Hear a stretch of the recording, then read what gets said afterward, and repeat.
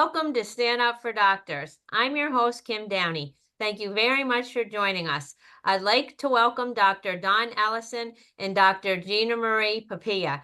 Thanks for joining us today, Don and Ginamarie. It's great to be here. Pleasure to be here. Great, and I'm happy to have you. And by way of introduction, Dawn practiced as an emergency medicine physician for over 25 years, and she was a crucial conversations instructor with the Mayo Health System. She's continued training to become a mental fitness coach, certified resilience trainer, Archibald Bush Foundation Fellow, retreat leader, and corporate consultant at Influencing Healthcare, LLC. And Ginamarie is an integrative medicine physician promoting whole person health and wellness. And Ginamarie's tagline includes divinely guided and force for light. And I think that's beautiful. And we also share a friend in Dr. Michael Foti, who introduced us. So today we'll be talking about Dawn as an art of hosting trained facilitator, leading community engagement around topics of health and wellness. And Ginamarie is an integrative medicine physician promoting whole person health and wellness. So health and wellness is a good place to start. And what I'll do now is I'll ask you each to introduce yourselves and let us know what you'd want the audience to most know about you. And you could include any hobbies or whatever you want. Don, feel free. Would you like to go first? Oh, sure. Wow. So I usually introduce myself with much of the same information that Kim just went through. So, but I'm also a mom and a wife and a grandmom and a great grandmom, and so there's all of that as well, and a daughter to a 99-year-old mom who's doing really well, very healthy, very active. So, all of that keeps me very busy. I enjoy a lot of different hobbies, crafts. My mom was a home economist in her career, and my dad was in construction. So I learned all of those kinds of things that you do with your hands and really value, handmade items. So I try to keep busy making things by hand. Like tiles and sweaters and you name it. I'll try anything. So yeah, that's good. Wow, that's interesting. That's fascinating. Ginamarie, what would you like us to know about you? I love that. I'm not married, no kids as of yet. I would say I was reading about all your hobbies, Dawn, and I was thinking, wow, I'd really like to spend some time working on hobbies. I'm so new out of training that there hasn't really been any time for hobbies. I went from residency to fellowship, and I'm in my first year of practice. So I did internal medicine, then integrative medicine, now in my first year of practice. And I've just been focusing on, I guess, who am I outside of training? Who do I want to be as a doctor? And I am the oldest of 4 siblings. I am a daughter to 2 parents that I love. I have a boyfriend that I'm crazy about, and I'm just enjoying the parts of medicine or everything outside of medicine now that I'm outside of training and my brain is a little bit more free. I certainly did not have that much time for crafts back when I was in your phase. The only knitting I got done was if I was listening to a lecture in medical school that I didn't have to pay attention to because I wasn't taking the notes. Then I would do a little bit of knitting, but yeah, I have a lot more time for that now because I retired clinically from emergency medicine. So it's just my encore career that I'm engrossed in. So I love it. Yeah, that's great. So as we get started, Don, I was going to let you just start the conversation. Why don't you tell us a little? Actually, I bet a lot of people don't know what Archibald Bush Foundation Fellow is. If you just wanted to briefly mention that and then get into the art of hosting, trained facilitator about health and wellness. Yeah, that's both things that I love talking about. So, the Bush Medical Fellowship Program was something that existed for over 20 years in Minnesota, North Dakota, South Dakota, and Florida. Archibald Bush was one of the original VPs of the 3M Corporation. And he and his wife started this the Bush Foundation. And for a while, like I said, they did the Bush Medical Fellowship Program. And that was an opportunity for physicians who'd been out in practice for 10 or more years to improve skills of their own that also would serve their community.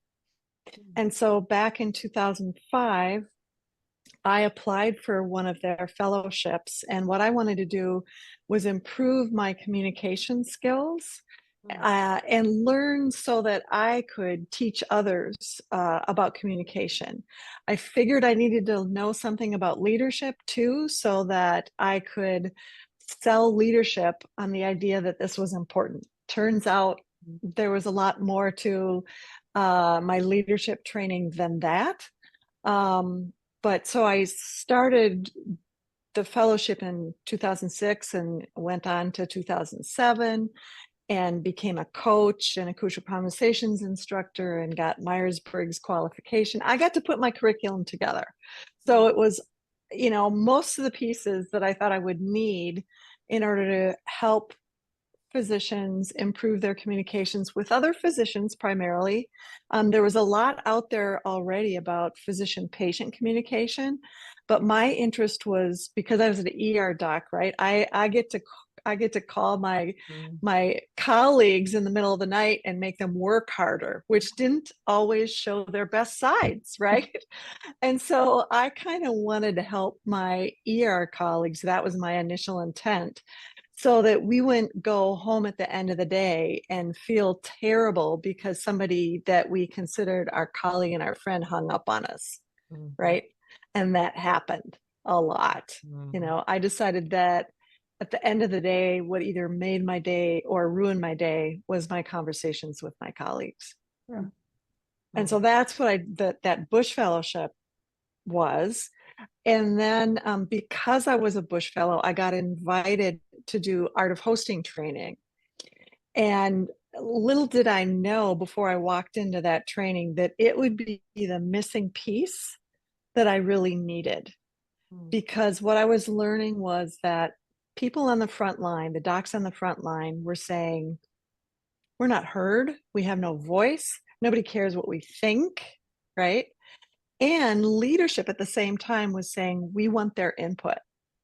And so there was this pull, but something wasn't working right in order for people on the front line's voice to be heard and for leadership to hear that, right? And so the art of hosting taught me a skill set to improve meetings, to improve conversations in community about health and wellness. And it helped me be able to teach others how to do those skills as well. And Kim is familiar with what I've done with Medicine Forward, which is an organization that she and I both belong to, in terms of helping them figure out, how are we making decisions and how are we having conversations about those decisions so that we can move forward, so we can have some traction. So hopefully that wasn't too much. No, thank you very much. And it's true what you said, and you keep us on track, and it's actually very helpful. It really is. Good. Ginamarie, what does that bring up for you? That's so interesting. I when you were speaking about calling, right, for the consults and different people you had to call, I was thinking it really does make or break your day when you have to call. Yes. And if it could be either, it could be a beautiful conversation where you feel like you're collaborating with colleagues. What do you think about this? And it leaves you get off the phone, you're like, I feel great, I love what I do. Or you get somebody on the phone who's just in a bad mood, underslept, and they're mean and they talk down to you. And it completely ruins your day. So I think there really is a lot to be said about inter-physician communication. Yeah, absolutely. And I think it drives one of the drivers of burnout. It's Right, true. absolutely. You know, not only those conversations, but also not having a voice in what's happening, right? Right, and then just that disconnect there. Are you both familiar with that Dr. Glaucoma Flecken? Oh, Yeah, yeah. Because when you talk about that, Dawn, you know, like the colleague, and he, you know, and it's just, it's funny and sad and disturbing, like all of those things at the same time, right? Because he absolutely nails everything, and you're like, oh my gosh, right? No. Yeah. It becomes normalized because it was right. It's normal that people behave this way, and you just certain doctors in certain fields, you would just expect you're going to call them and it's going to be like cringy, but it's not Mhm. Yep. actually normal, like good human behavior. Right. And it affects what we do. Like as an emergency physician, I know who's on call. Mm-hmm. I know who I'm going to have a conversation with. Yeah. And so, not always consciously, but sometimes unconsciously, I'm like, oh, delaying, putting off having to have that when I know is going to be an awful conversation. Right. That's so true. Yeah. That's Yeah. really true. Yeah, Because certain people you'll call and it'll be a collaborative conversation. And I think those relationships, Yes. interphysicians and with the people you work with, buffers burnout because it makes you feel like you're Yes. going and you're creating a community around you at work.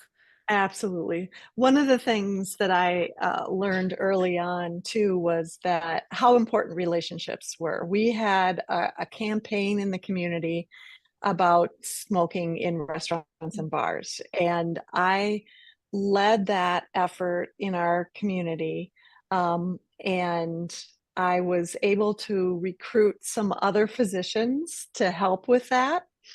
And there was this one doc that he was nice enough, he's never really mean to you, but everybody had to have a D-dimer before they got admitted to the hospital. This one test, Kim, that it helps you rule out a pulmonary embolus, but not everybody needs one. And or there'd be some other lab that he just had to have one more thing, before. And so then the patient waits for another hour before that lab comes back. So he was one of the people that I recruited to help in this community effort on smoking. And he got to know me. Mhm. And I didn't become a better physician, Mhm. but he stopped asking for those extra labs because he trusted me, right? Right. And so that's just, for me, that's a great story about how important relationships and trust are. And then I feel better about calling him. Yeah. It's just speed of trust, right? I mean, that was not far off, right, when Covey wrote that book. Exactly. And So Ginamarie, are you familiar with Crucial Conversations? No, but I did see a post. I was looking at your social, I think it was LinkedIn, Dawn, and I saw a post yeah, about that, or your Uh, blog, I think it was. So I have yeah. just a little bit of training through my church because I've been like a church leader in Crucial Mm-hmm. Conversations. And I was wondering if you can speak a little to that, Don, if you could give an example of, if you could think of one, like how you've used your Crucial Conversations training in communication with other physicians, or explain a little bit to Ginamarie and our audience, because it Yeah. can make a big difference. So Crucial Conversations, the book was written a long time ago, like over 20 years ago, I think. And I still use it with my coaching clients every day. So, I mean, it helps you advocate for yourself, when there's something that's not going well, say in the clinic, and you need a manager to pay attention to it. You can, share the facts, tell your story, ask for their path, and do it with using tentative language, and really trying to what Crucial Conversations calls, increase the shared pool of meaning. Everybody's trying to understand each other rather than fighting strategy. That's a simplification, but that's one of the places where you can use Crucial Conversations. And of course, talking with patients, talking with colleagues. There's just so many different. So one of the other pieces that I've found really useful in coaching clients, some clients come kicking and screaming to me. They've been forced to have a coach, this awful thing, right? And what they have found really helpful, a lot of times they're direct communicators. So they don't use any tentative language at all. They're just, you must do that, you must do this, kind of thing. And when I can teach them to use a little bit of I wonder if, or help me understand, right? They get along so much better with people. People feel respected. They don't feel, put upon. And so it's a very useful set of tools that that many of my clients have found helpful, not only for their own agency, but also in getting along with others. And I agree so much that what I'll also do, along with sharing the links that you each want me to share, a few months ago, co-authored a Kevin MD article with Frances May Harden on how doctors can have successful, crucial conversations with their patients. And we recorded an episode with that as well. So I'll share Great. those links because it also includes things with start with a heart, when you're going to communicate and think to yourself, why would a reasonable, rational person act that way, this way, and things Absolutely. like that. So Yeah. I'll also include those links. So Ginamarie, what would you like us to know about your work in the sphere of health and wellness? And even if you want to speak a little to divinely guided force for light, because I thought that was so beautiful.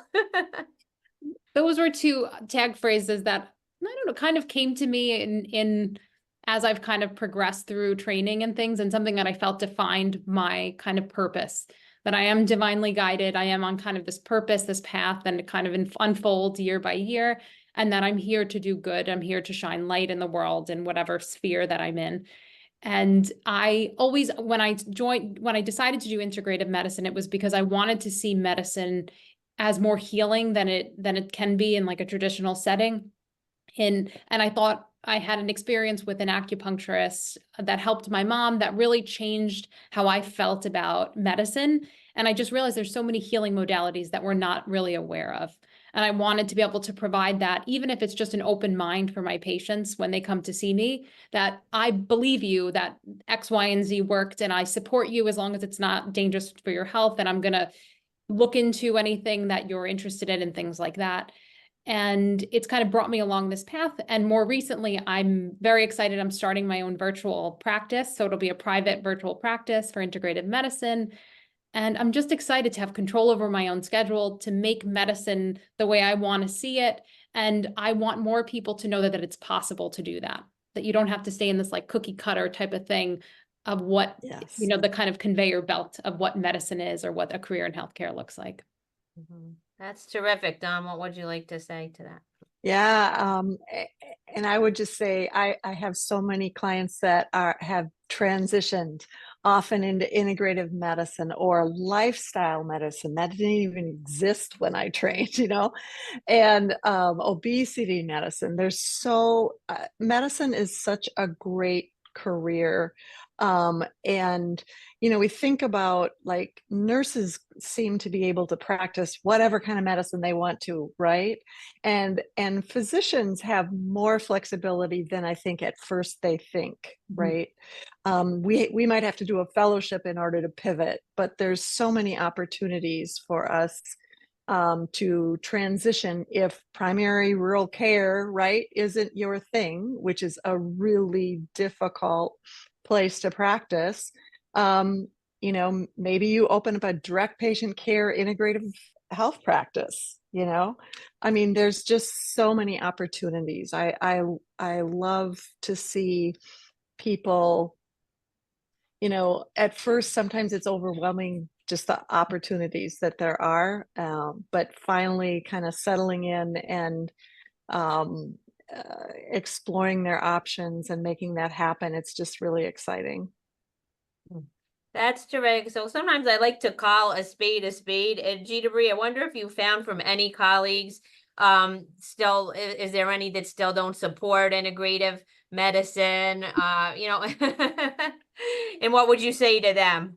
I would say, even going through my training, although my residency everybody was very supportive. I know that they thought I was kind of a little bit out of my mind, but I have embraced being the one that's different.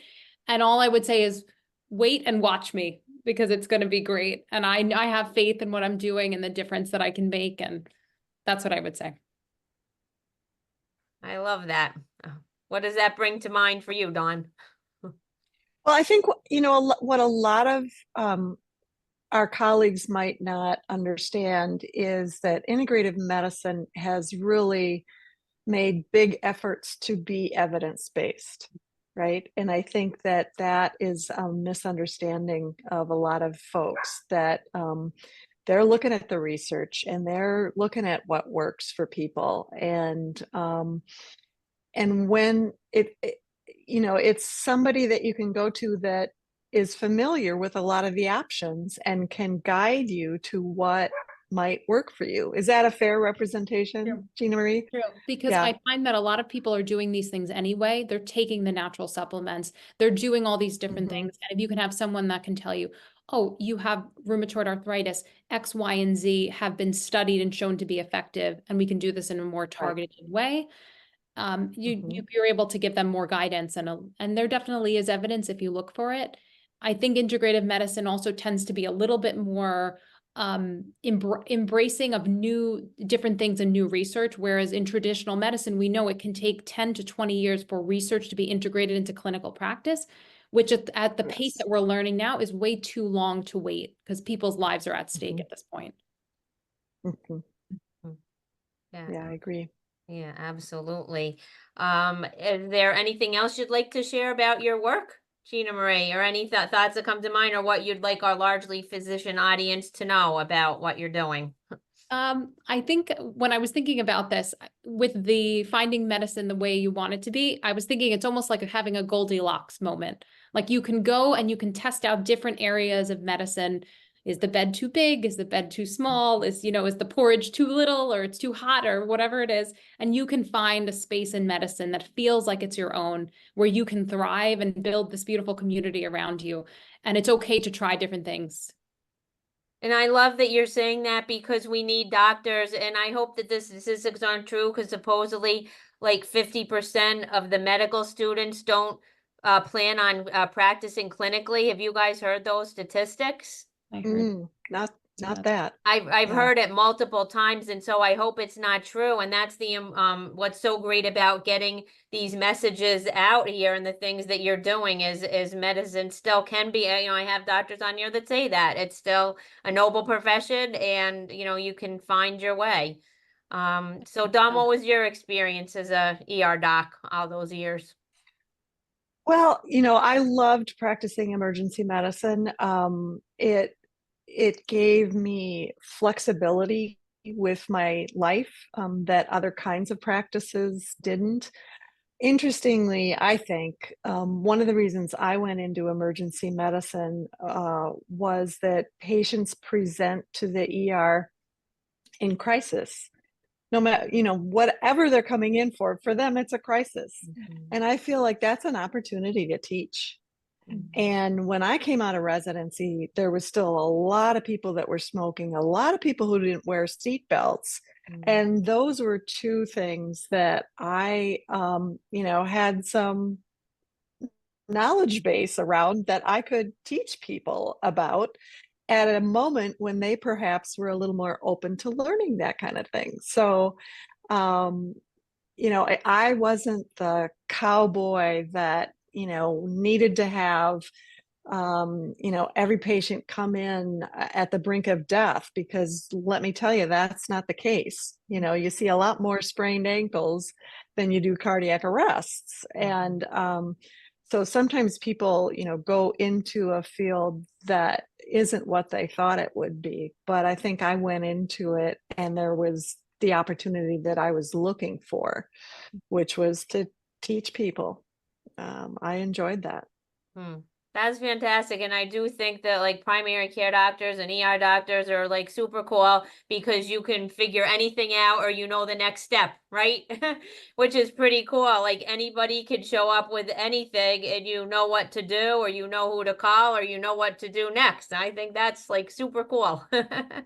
Yeah, it's both the scary part of emergency medicine that you never know what's coming in the door, Right. but it's also kind of an exciting part, and you don't get bored, Yeah, right, for sure. for sure.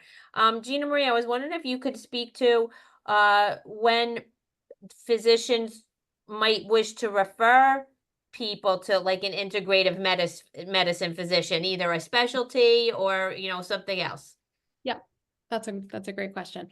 And Dawn, I think that's beautiful how you put it. It sounds like you found a purpose within emergency medicine. And I just Mhm. wanted to ask you, and I'll answer that question. What do you think is driving the burnout in emergency medicine physicians at this point? Well, so I go back to voice. Mhm. Oftentimes, the emergency department feels it's interesting because we are connected to everybody. You know, we call all different specialties, right? And yet we often feel, and I'm sure there's other departments that feel this way as well, that we're the last ones, right, to get like an upgrade in the department. Mhm. We feel like we don't have a voice. And this is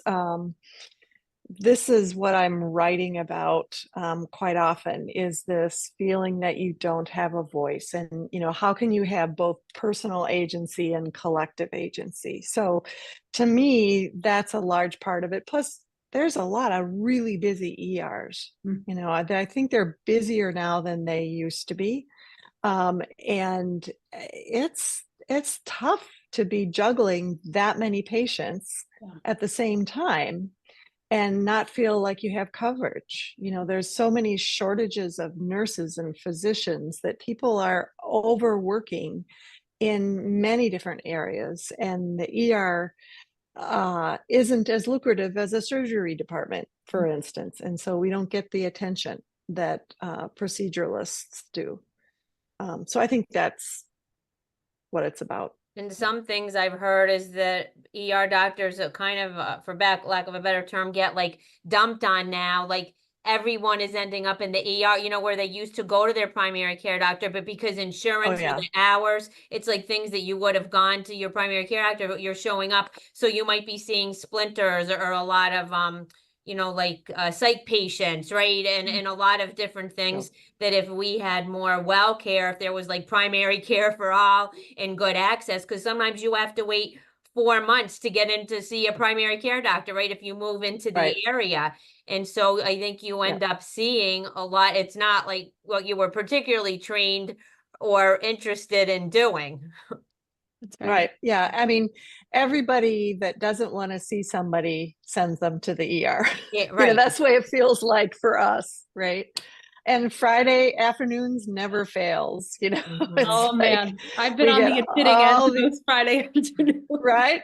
Yeah. Yep. And yeah, you're right. There is a lot of that feeling that, you know, everything goes downhill and we're at the bottom Yep. Mm-hmm. for sure. Yeah. So Gina, if you would like to speak about when other physicians might like to refer someone to someone like you.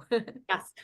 So I would say it's on a spectrum. So sometimes to integrative medicine, when I was working at Northwestern, it's an academic center. We're getting referrals from all the different specialties. And it ended up being that we were getting all the patients that nobody really knew what to do with.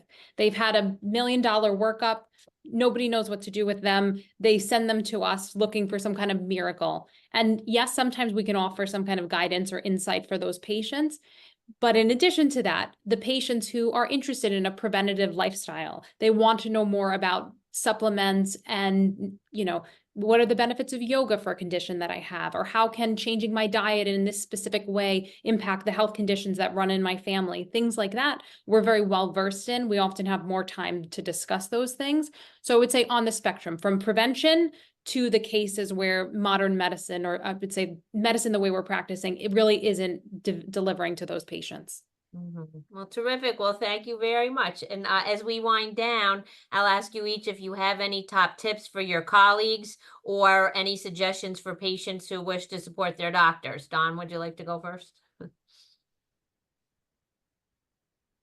So I would say, you know, if you're feeling burnt out in the practice that you're in, try something different. Look at your options. There are options. If you need some guidance, reach out to people who have helped others transition, and don't give up hope. I think it's a great field, and there are so many possibilities out there. And thank you. Even Whatever you're people, feeling, it's a gift and opportunity. you know? right, and that might not think that even if you're in a specialty, you can you can do something different. You know, like some physicians in a specialty like receive coaching to figure it out, but then they went on to coach other doctors, and that fills their cup and reignited their own passion for their own specialty. Or you know, you Mhm. could do something on the side that's is either related to medicine or not related to medicine. So that's Yep. really good. It's that you always have options. So that's terrific Yep. advice. How about yourself, Ginamarie? Any advice for either I colleagues or patients who wish to support their doctors? I would absolutely echo what Dawn said. And if you're feeling burnt out, it's okay to feel that way. And sometimes all the negative feelings, it's just a signal from what's going on in your life that it's time for a pivot, and that's okay. Lean into the signals, reach out for help. There's an incredible community of physicians and healthcare advocates like yourself, Kim, like yourself, Dawn, that are out there looking to help people and have incredible resources. And it's just a matter of connecting with the right people, because there's a movement going on of healthcare workers and physicians joining together to see change in the country, and just reach out for help. It can be a beautiful thing.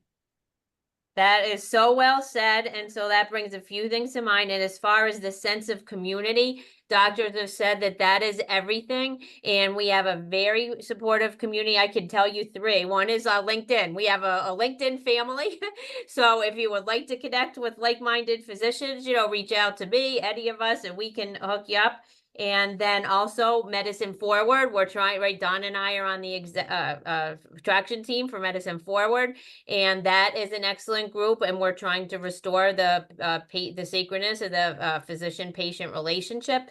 And then there's also the Healthcare Reinvention Collaborative, and it's like there's pockets of things that are working around the country, and we're trying to become a network of networks. And just what you're saying, Ginamarie, I'll find each other and move the needle forward. So there's hope. Definitely. There is. Absolutely. Did either of you have any final parting words, or just share how we can find you? Ginamarie, would you like to go first this time? Sure. I would say that you asked about how patients could support their physicians. I would just say, be kind. We're people too, and we have bad days. And the kinder you are, the more likely you'll be able to elicit a kind and, compassionate person in front of you.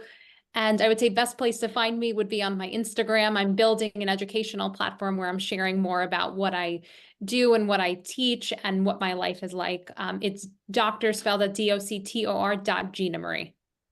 Okay, excellent. And Don, yourself, I saw you did just put something in the chat. Yeah, I put it in wrong, but yeah, you can find me on my website. I'm off of Facebook right now. I'm on LinkedIn. My website is dawnmellisonmd.com. And that's a good way to reach out to me. Okay, all right. Well, this was fantastic. So thank you very much for being my guests today, Dawn and Ginamarie. I loved having you. It was great meeting you, Ginamarie. Likewise. Thanks for having us, Kim. You're very welcome. So in closing, to move the needle in healthcare, we all need to raise our voices, and we all need to care about each other. We already know that doctors need to care about patients. Patients need to care about doctors too. So stand up, doctors, and let's stand up for doctors. Thanks for what you're doing, Kim. Yes, absolutely. You're very welcome. I love it.